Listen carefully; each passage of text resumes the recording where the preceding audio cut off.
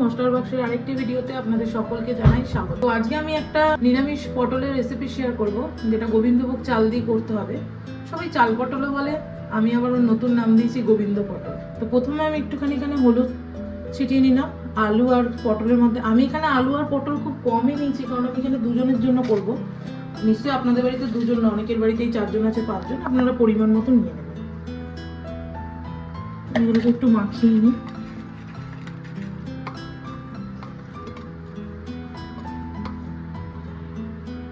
গোবিন্দভোগ চালের পটলের রেসিপিটি বানানোর জন্য যে সমস্ত উপকরণগুলো দরকার, তাহলে এখানে আমি কিছুটা তিল নিয়েছি, আদা, চালমগজ, কিশমিশ, পোস্ত আর কাঁচা লঙ্কা।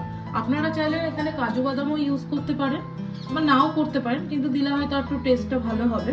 তো এগুলো দিয়ে আমি মিক্সিতে একটা পেস্ট বানিয়ে নেব। আর যেটা একদম না দিলেই হবে না, সেটা হলো এখানে আমি কিছুটা সামান্য পরিমাণ গোবিন্দভোগ চালকে ভিজিয়ে রেখেছি। মশলার মিশ্রণ বানানোর জন্য কিছুটা পরিমাণ হলুদ নিয়ে নিলাম, কিছুটা পরিমাণ জিরে গুঁড়ো নিয়ে নিলাম, সামান্য লঙ্কার গুঁড়ো নিয়ে নিলাম, আমি খুব একটা ঝাল আমরা পছন্দ করি না, আর নিয়ে নিলাম অল্প একটু ধনে গুঁড়ো। এবার এটাকে জল দিয়ে মিশিয়ে মিশ্রণটাকে তৈরি করে নিতে হবে। আমি সামান্য পরিমাণ জল দিয়ে দিলাম। আমি রান্না করার সময় আঙ্গুল দিয়ে গুলে দেবো। আমি এখানে খুব সামান্য পরিমাণ টক দই নিয়েছি, আমি আগে থেকে এটাকে ফেটিয়ে রেখেছি। এখানে গ্যাসটাকে একদম সিমে দিয়ে রেখেছি। এখানে সরষের তেল ইউজ করছি, আপনারা চাইলে ঘিও ইউজ করতে পারেন বা সাদা তেলও ইউজ করতে পারেন। তেলটাকে একটুখানি তাপতে দেবো।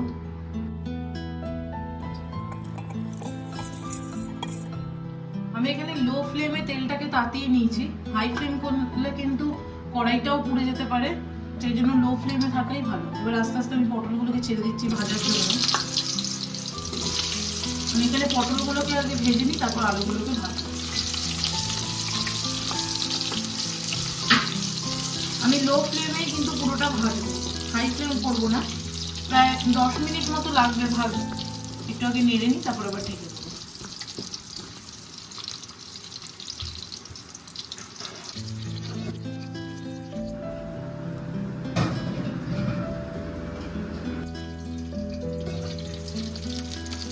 মোটামুটি এখানে ভাজাটা রেডি হয়ে গেছে। এবার পটলগুলোকে নামিয়ে নেব। এবার আমি আলুগুলোকে ছেড়ে দিচ্ছি। আলুগুলোকে ওই সেম ভাবেই 10-15 মিনিট মতো, আলুর উপর নির্ভর করছে কতটা, কি যদি একটু শক্ত থাকে সময় বেশি লাগবে। আমি সেম ভাবে লো ফ্লেমে ঢেকে ঢেকে আলুটাকেও ভেজে নেব।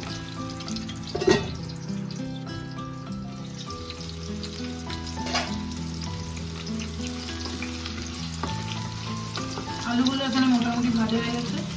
এবার আলুগুলোকে আমি নামিয়ে ফেলবো।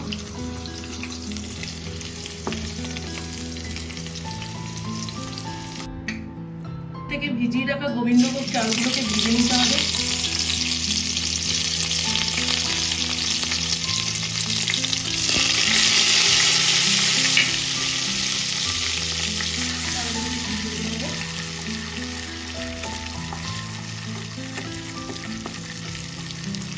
খুব বেশি বাজবো না, তাহলে আবার করে হয়ে যাবে। আর লো ফ্লেমেই কিন্তু আমি পুরোটাই ভাজছি, যেমন পটল আলু লো ফ্লেমে ভেজেছি, ওই সেম ফ্লেমে রেখেই পুরো ভাজাগুলোই কিন্তু আমি করবো। দেখুন এবার এই ভাজাটাকে নামিয়ে দেবো। তেলটা তেতে গেছে। আমি এখানে সোমবারে গোটা গরম মশলা, 2টা তেজপাতা আর শুকনো লঙ্কা দিই। এখানে সেই চালমগজ, তেল, পোস্ত নিয়েছিলাম, আদা লঙ্কা, তার গ্রেভিটা এখানে দিয়ে দিই।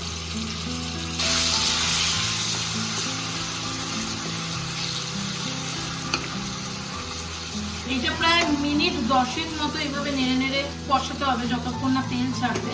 ঢেকে ঢেকে কষাতে হবে, সেম লো ফ্লেমেই কিন্তু রাখতে হবে। এখানে তেলটা ছেড়ে গেছে। গুঁড়ো মশলার যে মিশ্রণটা করেছিলাম, যেটা বলেছিলাম আঙুল দিয়ে গুলে দেবো, সেটাই দিয়ে দিলাম। এবার এটাকে খুব ভালো করে মাখিয়ে নিতে হবে। এটাকে মিনিট 5 মতো নাড়লেই তেল ছেড়ে যাবে। আবারও বলছি, পুরোটাই কিন্তু লো ফ্লেমে হবে। হাই ফ্লেমে দিলে কিন্তু ধরে যেতে পারে, পুড়ে যেতে পারে। যেহেতু আমি এখানে চালমগজ, পোস্ত, তিল বাটা দিয়েছি, ধরে যাওয়ার সম্ভাবনা খুবই বেশি। আর যে কোনো রান্নাই লো ফ্লেমে করলে তার টেস্টই আলাদা হয়। মোটামুটি এটাও তেল ছেড়ে গেছে। এবার দিয়ে দেবো সেই ফেটিয়ে রাখা টক দইটা।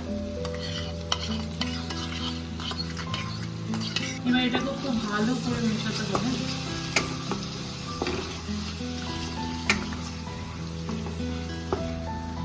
নুন আমি এখানে পরিমাণ মতো দিয়ে দিলাম, আর চিনি।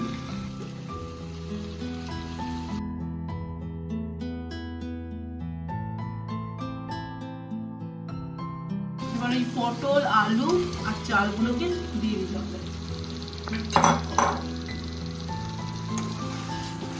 ভালো করে মাখিয়ে নিতে হবে।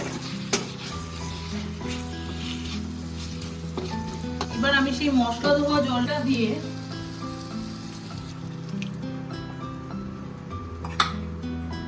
আবারও বলছি, পুরোটাই লো ফ্লেমে কিন্তু করতে হবে। মিনিট 10 জন্য আমি লো ফ্লেমে ঢেকে দিলাম।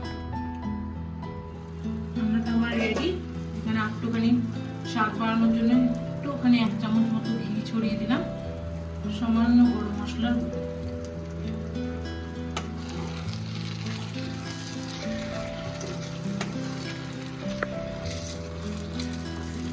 আমার নিরামিষ গোবিন্দভোগ চালের পটলের রেসিপি রেডি। আপনারা আমার ফেসবুক থেকে দেখলে আমার চ্যানেলটিকে ফলো করে দেবেন, আর ইউটিউব থেকে দেখলে চ্যানেলটিকে সাবস্ক্রাইব করে দেবেন নতুন ভিডিও পাওয়ার জন্য। টাটা।